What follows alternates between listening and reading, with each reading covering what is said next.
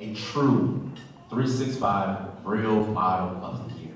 Please join me in welcoming an exceptional individual who embodies hope, resilience, and the spirit of possibility, Nate Evans Jr.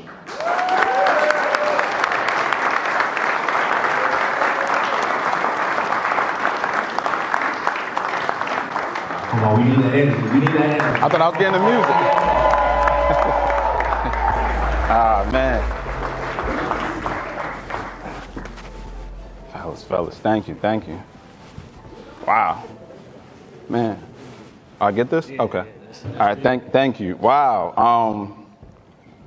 First and foremost, I want to thank God. And I thought I was going to get the theme music too. I was about to pull one of your numbers. I ain't going to lie. I was about to go back like, come on. But no, it's okay. It's okay. I don't want to be labor tonight. It's okay. He down too, though. I just want y'all to know he down too.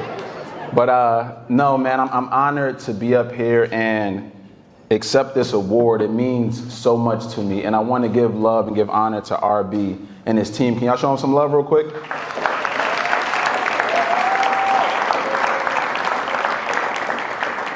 And y'all okay if I take this off of the...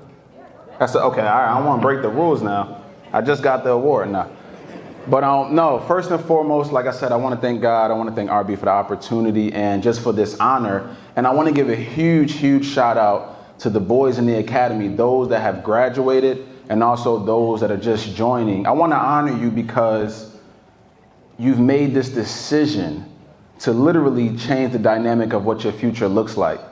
So I want to let you know that in this room, you're loved, you're seen, you're cared for, you're amazing. Forget what society is saying about black boys.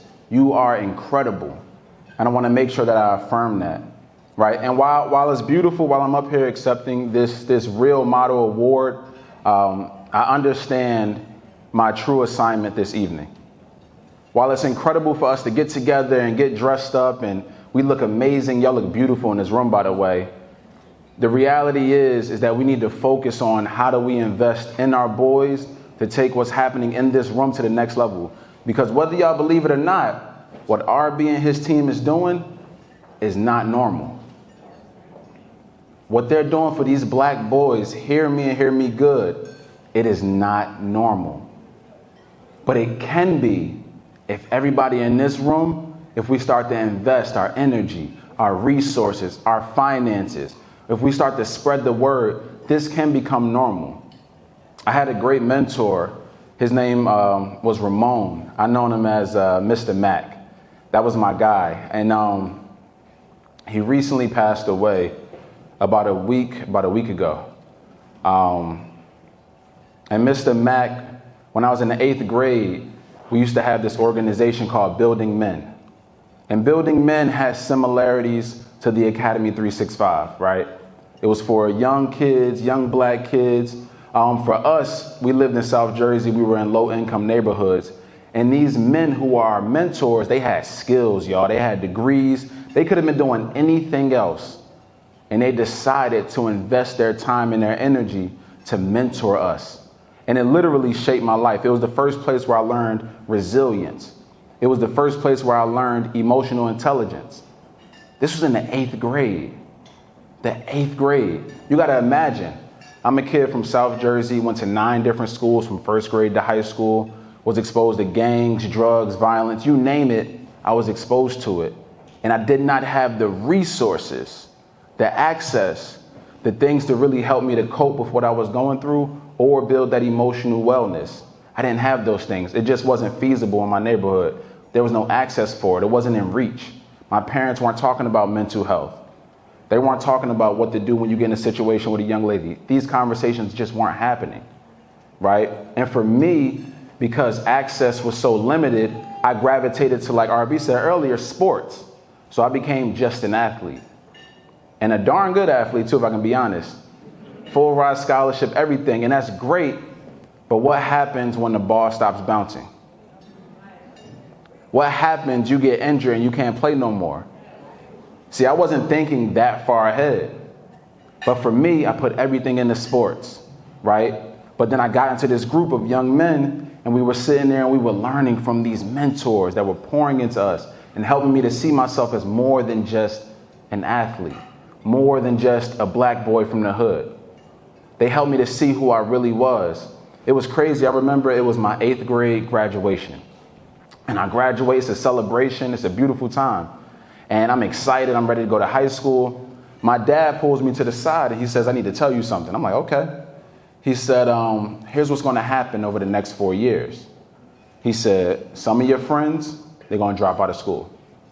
He said, some of the young ladies you know, they're gonna get pregnant. He says, some of your friends, they're going to prison. And he says, some of your friends, unfortunately, they're going to die. And everything he said, it was like prophecy. It happened right after that. Literally the day after 8th grade graduation, one of my closest friends, Jamal Smith, shot right in the head. And if I did not have the resources and the mentorship and the guidance of those men, I would have crumbled under the mental pressures. I would have crumbled under the emotional pressures. And here's the thing, I still had challenges. I still had to go through my own issues. I still had to learn things, but the imprint that they made on me, the imprint to this day, it literally has shaped the way that I love on our black boys, the way that I pour into them, right? That group, Building Men, guess where it's at now? Nowhere. Guess why? Because people like the idea of Building Men. People like the idea enough to be like, oh, that's a dope program for the boys in the community. But people didn't like it enough to invest in us. So the program died. It died shortly after I graduated. Because people like us in this room, they had a decision to make and they decided, I'm gonna just stay back. I like y'all enough to be a fan, but not enough to be a champion. Not enough to get in the game with you. Not enough to sacrifice with you, to risk with you. And my challenge tonight is, while we all look amazing and this is beautiful and this is a great evening, that we would get in the game and we would invest into these boys. Because they need it. They need it, y'all. Absolutely. Absolutely. I do a lot of work like podcasting. I'm working on a documentary, events, and all of these things, and I speak all around the country. One of my favorite places to go do work is a place in Philadelphia called Rec Philly. It's a place for creative entrepreneurs, podcast studios. RB's been there. And I love this place, and I love the owners. And when you walk into the facility, on the left side when you walk in, I believe it's like their mantra. It says, there was never a place for people like us, so we decided to create one. Ladies and gentlemen, the Academy 365 is that place for black boys. It has been created. You ain't got to try to think it up. You ain't got to brainstorm with your homegirls and your homeboys. It's in the building. We just need your efforts. Don't just come here, take pictures and videos and show people you were here, but how these boys are transformed moving forward. They need access to resources. They need continued access to mentorship. And y'all, the stuff that RB is doing, it's crazy. I ran into RB, what was that, about 2 months ago in New York?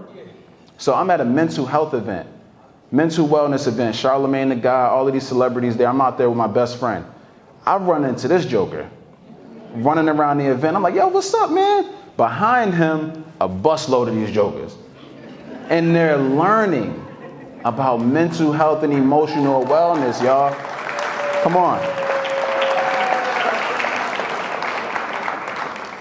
So I share all this to say that this is the real deal. We can't talk about change. We can't want change if we aren't willing to be a part of that change. And like I said earlier, are we getting in the game? You trying to be a champion of black boys? Or will you just be a fan? Because we won't need any more fans. We got enough. But we need people who can pour into this next generation because they are incredible and they're going to take things so much further than we ever could have. But it starts tonight. It starts right now with your pledge. So again, While it's incredible that I got this Real Model of the Year award, and I love this, and I'm gonna put this up with my other stuff, it's more important that we come together and that we galvanize together to really make a real change. My son is in the room right now, or he was in the room. My wife, oh, he's over there at the door. He's 11 months old. He'll be a year next month. I would love for him to be a part of a program like this, knowing that he has black men, black mentors that see him as a person first and not a problem. So he got a little ways to go. I don't know if y'all gonna do a junior version of this with the kids, because he's gonna be in there, I promise you. But at that time, man, it would be an honor to usher him into something like the Academy 365. So I thank y'all just for your time, for your ear. I pray that something that I shared inspired you, encouraged you enough to take action. And I'm honored to receive the 365 Real Model of the Year award. My name is Nate Evans. I love you all, and let's have a blessed evening.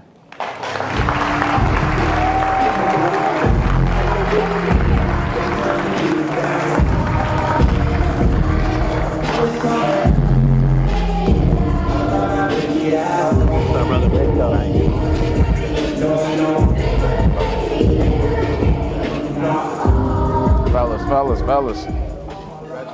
Thank you, man. All right, I appreciate y'all. ladies and gentlemen. Thank you. At this moment, we're just going to have the DJ play a nice little music for us as we get ready for our next and special performance done by the boys. We will join back here 10 before 9. Okay, 10 before 9. Please take this time. Thank you. Thank you. Thank you, bro. I appreciate y'all, man. Seriously. Oh, thank you, man. Try not to make it too long. I said I didn't want it to be too long.